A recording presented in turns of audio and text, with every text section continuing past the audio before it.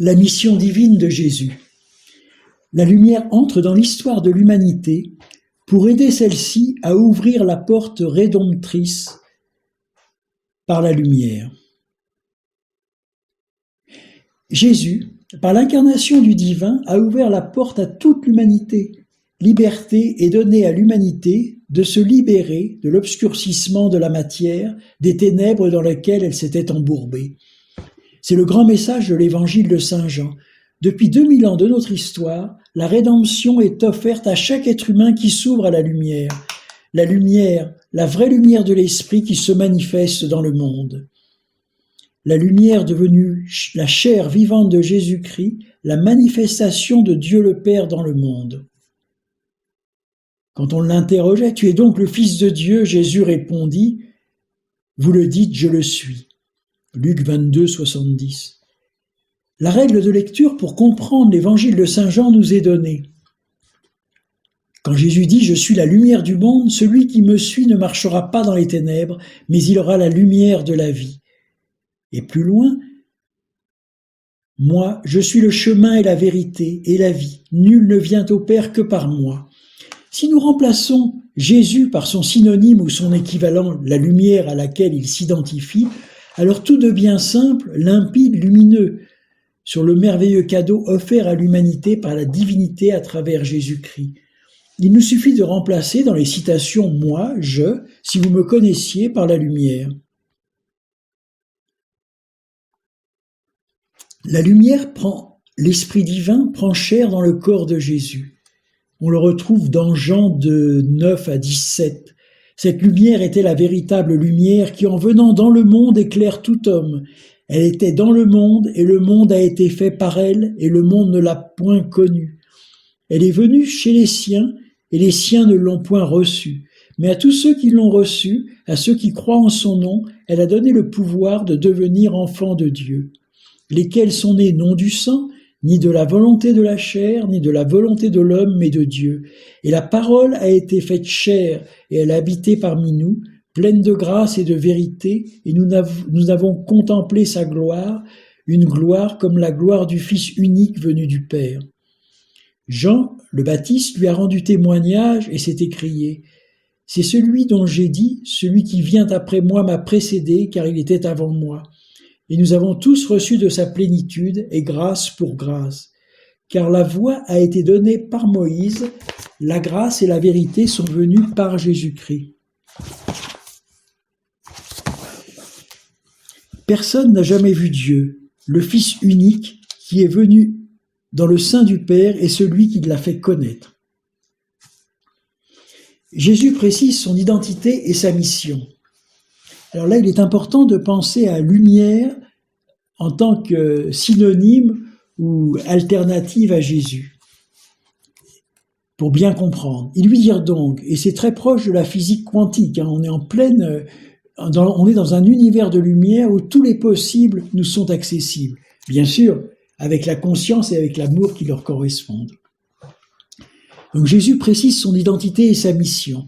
Il lui dit donc, « Où est ton Père ?» Jésus répondit, « Vous ne me connaissez ni moi ni mon Père. Si vous me connaissiez, vous connaîtriez aussi mon Père. » Donc voyez-vous, la lumière trouve toute sa place. Et il leur dit, « Vous êtes d'en bas, moi je suis d'en haut. Vous êtes de ce monde, moi je ne suis pas de ce monde. Qui es-tu » lui dirent-ils. Jésus leur répondit, « Ce que je vous dis dès le commencement. » Jésus donc leur dit, « Quand vous aurez élevé le Fils de l'homme, alors vous connaîtrez ce que je suis, et que je ne fais rien de moi-même, mais que je parle selon ce que le Père m'a enseigné. Celui qui m'a envoyé est avec moi. Il ne m'a pas laissé seul, parce que ce que je fais toujours ce qui lui est agréable. » En ce temps-là, Jésus s'écria, « Celui qui croit en moi, ce n'est pas en moi qu'il croit, mais en celui qui m'a envoyé. Et celui qui me voit celui qui m'a envoyé. Moi, qui suis la lumière, je suis venu dans le monde pour que celui qui croit en moi ne demeure pas dans les ténèbres. Si quelqu'un entend mes paroles et n'y reste pas fidèle, moi, je ne le juge pas, car je ne suis pas venu pour juger le monde, mais pour le sauver. Celui qui me rejette et n'accueille pas mes paroles aura pour le juger la parole que j'ai prononcée. C'est elle qui le jugera au dernier jour. Voyez-vous comme la lumière explique beaucoup de choses, car ce n'est pas de ma propre initiative que j'ai parlé. Le Père lui-même qui m'a envoyé m'a donné son commandement sur ce que je dois dire et déclarer, et je sais que son commandement est vie éternelle. Donc ce que je le déclare comme le Père me l'a dit. Et cette lumière va devenir la richesse potentielle de chaque être humain qui veut bien l'accepter.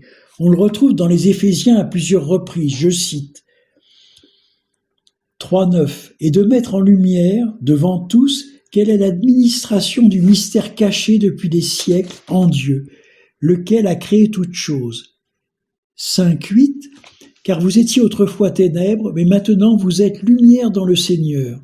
Marchez comme des enfants de lumière. » 5.9 « Car le fruit de la lumière consiste en toute bonté et justice et vérité. » 5.14 « Car ce qui manifeste tout, c'est la lumière. C'est pourquoi il dit « Réveille-toi, toi qui dors, et réveille-toi d'entre les morts, et le Christ brillera sur toi. » Dans Thessaloniens 5.5 « Car vous êtes tous des fils de la lumière et des fils du jour. Nous ne sommes pas de la nuit ni des ténèbres. » Même pour les disciples de Jésus, cette vérité à l'époque n'était pas évidente. Il doit même leur confirmer son identité à plusieurs reprises. Jean 14.8. Philippe dit « Seigneur, montre-nous le Père, et cela nous suffit. » Jésus leur répondit « Depuis si longtemps je suis avec vous, et tu ne me connais pas, Philippe? Celui qui m'a vu, a vu le Père. Comment toi peux-tu me dire « Montre-moi le Père » ? Ne crois-tu pas que moi je suis dans le Père et que le Père est en moi ? Les paroles que moi je vous dis, ce n'est pas de moi-même que je les dis. C'est le Père demeurant en moi qui fait ses œuvres. Croyez-moi, moi, je suis dans le Père et le Père est en moi, sinon croyez à cause des œuvres mêmes. Ce n'est pas du prosélytisme que je fais pour une religion, car cette vérité de la lumière que Jésus a affirmée jusqu'à la mort, pour l'écrire avec le sang de sa chair, est exprimée dans toutes les traditions. Et ces vérités sur la lumière deviennent crédibles par toutes les ouvertures de conscience actuelles, y compris scientifiques, comme en témoigne la physique quantique, qui nous offre et nous ouvre à toutes sortes de possibilités qu'on n'avait pas imaginées. Alors, pourquoi ne comprenons-nous rien malgré nos efforts le plus souvent sincères à la lumière et à son importance dans nos vies? L'explication est toute simple. La lumière éclaire la matière et la révèle en restant elle-même invisible. L'homme, naturellement, s'est tourné vers la matière, s'identifiant à la matière et à sa propre matière. L'humanité évoluant, nous essayons naturellement de comprendre la lumière avec les moyens que nous avons développés avec des techniques scientifiques validées par notre mental. La conséquence de ceci, une représentation très mécaniste et très humaine de l'univers bâtie sur nos capacités à le comprendre. Mais cette construction du monde est fausse, l'univers est lumière.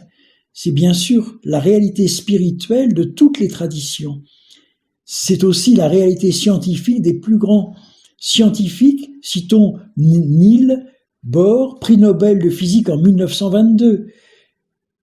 Niels Bohr disait « Le bon sens qui voudrait que les objets existent de manière objective indépendamment de notre observation devient obsolète lorsque l'on considère la physique quantique. » Einstein « La réalité n'est qu'une illusion bien que très persistante. Le mental intuitif est un don sacré. Le mental rationnel est un serviteur fidèle.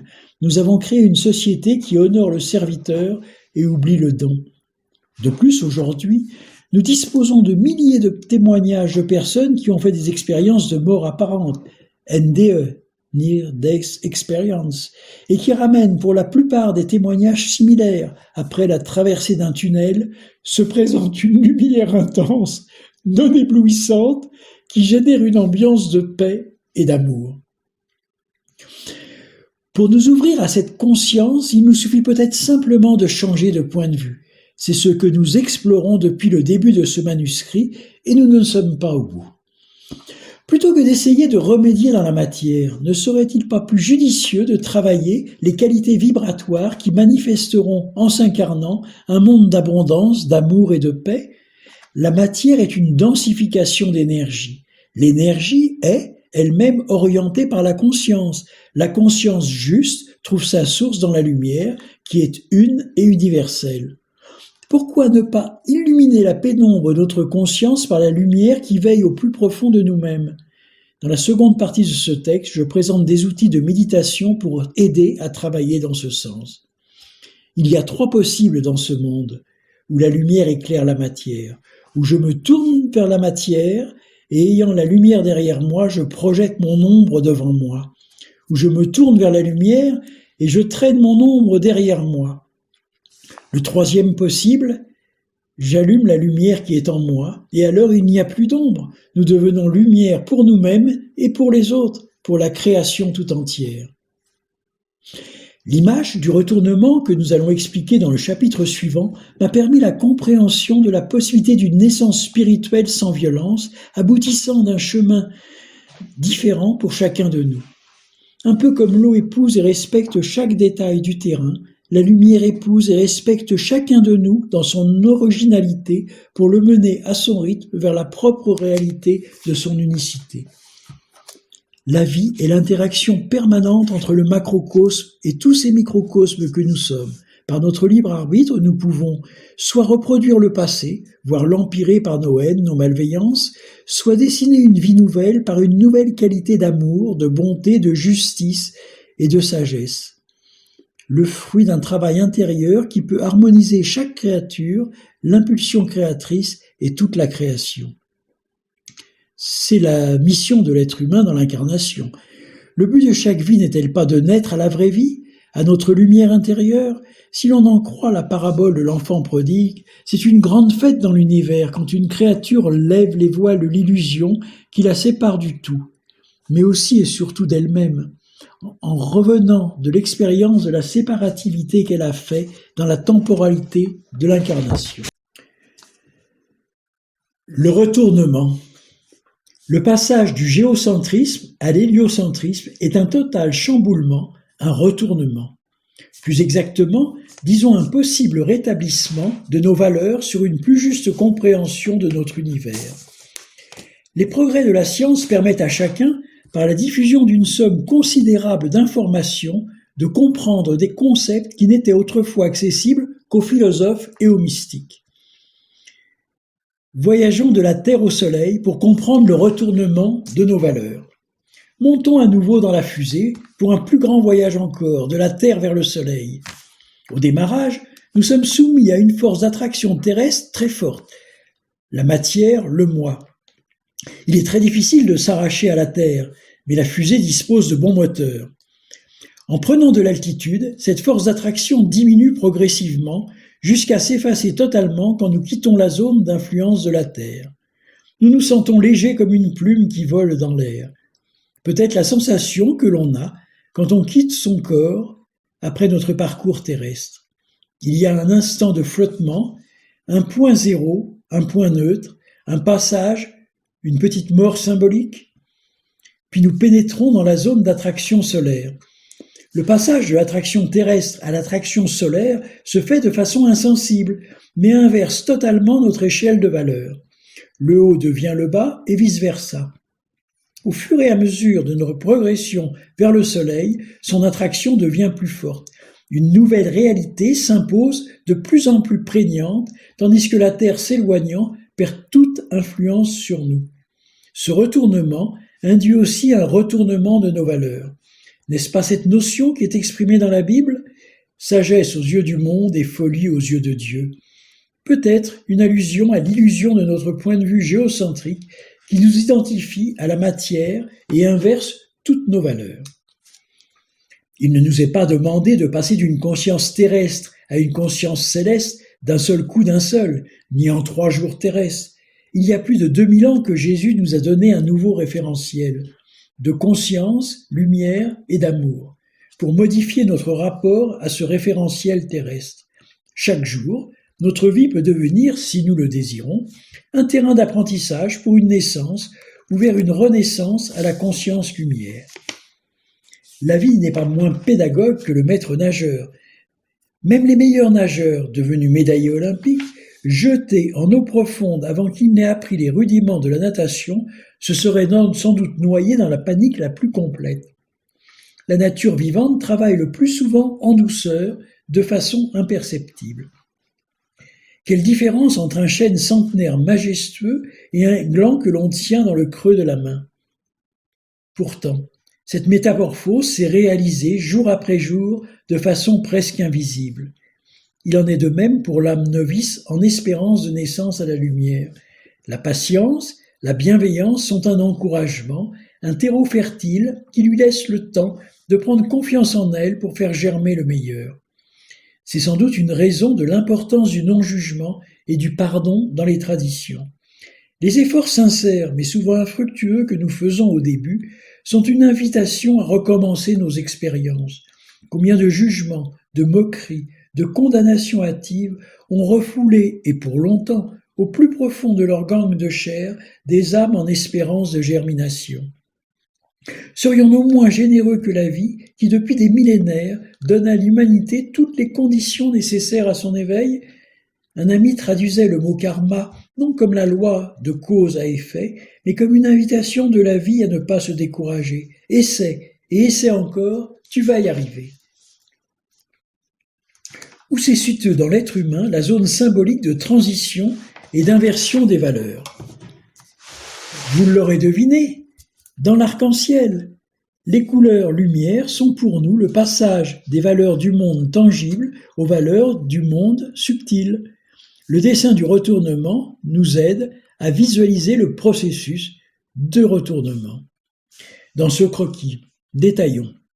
Le carré, qui symbolise les 4 éléments, représente la Terre pour le macrocosme et le corps physique qui centre le moi pour le microcosme. Le cercle représente le soleil pour le macrocosme et l'esprit, la demeure du soi pour le microcosme. L'être humain, dans la conscience de son corps physique, agit, aime et pense. Sa vie s'établit sur les valeurs terrestres dont les supports tangibles lui paraissent éternels. L'être humain peut sublimer le cadre de son quotidien, son action peut devenir création, son sentiment amour universel et son intelligence pratique sagesse. Il explore alors d'autres dimensions de lui-même, mais dans sa conscience, il reste centré sur un référentiel terrestre géocentrique, ce qui l'amène à conclure que l'action génère la création, le sentiment génère l'amour, la pensée génère l'intelligence. Identifié au carré, la Terre, l'être humain est dans une conscience géocentrique. La réussite dans l'une de ces 3 voies peut conduire un homme à l'ascension et à la réussite sociale. Il devient alors une lumière qui, avec un peu de chance, sera même une lumière reconnue, admirée et citée comme référence. Devenu savant illustre, artiste adulé ou prédicateur populaire, l'être humain risque de s'éblouir à sa propre lumière et de se perdre lui-même et de se prendre lui-même pour un soleil. Le piège de l'orgueil est tendu. C'est Icare qui, voulant voler jusqu'au soleil, s'y brûle les ailes, ou Lucifer, le porteur de lumière. Le piège de la jalousie l'est aussi. Et moi, gênent ceux qui l'envient croyant avoir échoué dans leur vie.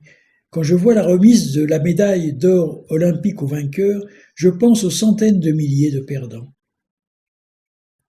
La compétition n'existe pas dans la nature. Le sens de la véritable victoire, je l'ai découvert un jour dans une émission de télévision. Des Bhoutanais y présentaient un jeu de quilles traditionnel. Il s'agissait de faire tomber une quille en lançant de petits coussins en tissu. Les Bhoutanais, pour le moins maladroits, je les suspecte d'ailleurs de l'avoir fait un peu exprès, avaient tous échoué. Alors, le présentateur se proposa d'essayer. Il réussit au premier jet de coussin à faire tomber la quille. Alors, surprise, les Bhoutanais se donnèrent la main, se mirent à danser en chantant. Le présentateur leur demandait « Mais pourquoi dansez-vous » Ils lui répondirent « Parce que nous avons gagné ». Le présentateur leur fit remarquer « Vous faites la fête, mais c'est moi qui ai gagné ». Ils lui répondirent « L'important, c'est que l'un de nous ait gagné, alors on se réjouit et nous faisons la fête ». C'est une vérité que l'on vit quotidiennement. Peu importe l'inventeur d'une découverte, nous en bénéficions tous. Par exemple, la roue, le téléphone, etc. Vous l'avez deviné. Avec une philosophie géocentrique, malgré toute notre bonne volonté et tous nos efforts, nous avons tout faux. Le dessin nous le montre. Avec cette conception du monde, malgré toutes nos bonnes intentions, si nous suivons les flèches ascendantes, on en conclut que c'est la terre qui nourrit et vivifie le soleil, et que c'est l'homme qui fait Dieu à son image. Aïe, aïe, aïe. La vision héliocentrique nous révèle tout le contraire, et nous le savons. C'est le soleil qui éclaire et nourrit la terre, et non l'inverse. En suivant les flèches dans le sens descendant, nous découvrons que la sagesse nourrit la pensée, l'amour nourrit le sentiment, la créativité nourrit l'action. Ces deux points de vue ne s'opposent qu'en apparence, car l'un n'est que l'aboutissement de l'autre, et le retournement s'opère, nous l'avons vu, insensiblement. L'homme de chair doit s'effacer pour laisser place à l'homme de lumière en nous. Dans l'Évangile, saint Jean-Baptiste, parlant de Jésus, exprime cette vérité. Il faut qu'il croisse et que je diminue. Celui qui vient d'en haut est au-dessus de tous, celui qui est de la terre est de la terre, et il parle comme étant de la terre. Avec le point de vue héliocentrique, l'esprit de l'univers, à travers le soleil, par sa lumière, son amour et sa vie, manifestés dans les forces de la nature, appelle la graine divine, la graine de lumière en l'homme, à grandir pour devenir à l'image de Dieu. Dans les Écritures saintes, c'est Dieu qui crée l'homme à son image, et non l'inverse. De la conscience géocentrique à la conscience héliocentrique, le passage de l'intelligence mentale à l'intelligence du cœur. Dans ce croquis, tout simple, que nous avons bâti ensemble, nous avons les 7 corps de l'être humain. Le corps physique avec la terre, le corps éthérique avec la vie biologique et la volonté, le corps astral avec le sentiment, le corps mental avec la pensée, le corps causal avec la sagesse, le corps bouddhique avec l'âme et le corps atmique avec le soleil qui émane la vie créatrice. Ces 7 corps sont bien connus dans les traditions orientales. Bien sûr, ce dessin n'est qu'une représentation et une interprétation intellectuelle, mais n'est-ce pas un des rôles de nos facultés mentales d'essayer de nous mener par la compréhension à la porte du sanctuaire de notre âme ?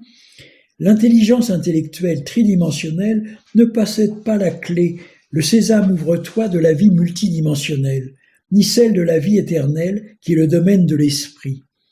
L'intelligence intellectuelle, dans le silence, doit alors s'effacer devant celle du cœur, le centre de l'amour, la véritable intelligence pour les anciens. La méditation est un outil merveilleux pour apprendre à discipliner le mental, toujours prêt à nous protéger et à tout nous expliquer, avec sa propre vision des choses. C'est par le cœur que l'on pénétrera dans le sanctuaire de notre âme et que notre œil s'ouvrira à la vérité, là où règne dans la paix le silence vivant de la béatitude internelle. Le message de l'amour est central dans l'enseignement de Jésus. Il insiste sur le premier commandement. Tu aimeras le Seigneur ton Dieu de tout ton cœur, de toute ton âme et de toute ta pensée. Auquel il y en associe un nouveau. Aime ton prochain comme toi-même et aimez-vous les uns les autres comme je vous ai aimés. Seul l'amour véritable permet d'épouser la vérité vivante. L'arc-en-ciel aussi nous montre le phénomène du retournement. Le ciel lui-même, comme pour nous aider à comprendre, nous montre dans la vie réelle ce phénomène du retournement. Où ? Eh bien, ouvrons les yeux. Ce sont encore les couleurs qui nous montrent le chemin. Regardez dans le ciel après un orage. Quand le soleil brille à nouveau, parfois, nous avons la chance d'observer 2 arcs-en-ciel superposés. Ils sont inversés dans leurs couleurs. Le premier débute par le violet, couleur le plus proche de la terre, pour aller vers le rouge. Le second, qui se superpose, lui est inversé. Il débute par le rouge pour aller vers le violet. Du violet vers le rouge et du rouge vers le violet, un grand mystère de la vie nous est révélé. Du subtil vers le dense, la fréquence du violet plus rapide et plus subtile que celle du rouge, et du dense vers le subtil. C'est le chemin que nous venons de suivre, Avec le courant d'involution, nous sommes partis de la lumière subtile pour aller vers la matière dense, et avec le courant d'évolution, nous sommes repartis de la matière dense pour aller à nouveau vers la lumière. Les maîtres spirituels viennent par leur enseignement nous prodiguer leur science et leurs conseils pour nous épargner des expériences trop malheureuses ou douloureuses. Car, je vous le rappelle, nous sommes créateurs de notre réalité. Mais le plus souvent, dans l'histoire de l'humanité, fiers de leur aveuglement, de leur égarement géocentrique, les hommes, oscillant entre le 3e et le 4e règne de la nature, n'ont pas su entendre. Les ténèbres de l'ignorance ne supportent pas la lumière. La raison en est lumineuse. La lumière chasse les ténèbres. Les intérêts de l'avoir refusent de lâcher prise et de s'effacer devant la conscience de l'être, du je suis. Les hommes mystifiés par la liberté conditionnelle de la matière, mirage fuyant comme l'image de l'oasis dans le désert, refusent l'amour inconditionnel de la lumière, énergie libre, du et dans le divin, partout offerte dans la plus grande abondance, mais inconnue pour nous. Ce dessin est un déploiement des différentes facettes intriquées de notre être pour aider notre intelligence intellectuelle linéaire à comprendre. En fait, on ne peut vivre bien longtemps écartelé avec un pied sur la terre et un pied sur le soleil. Tout est dans l'homme. Ce microcosme, à l'image du macrocosme, se vit dans l'unité. Il nous faut donc ramener le cercle du soi dans le carré du moi, et voilà un autre grand secret qui apparaît sur notre chemin, la quadrature du cercle.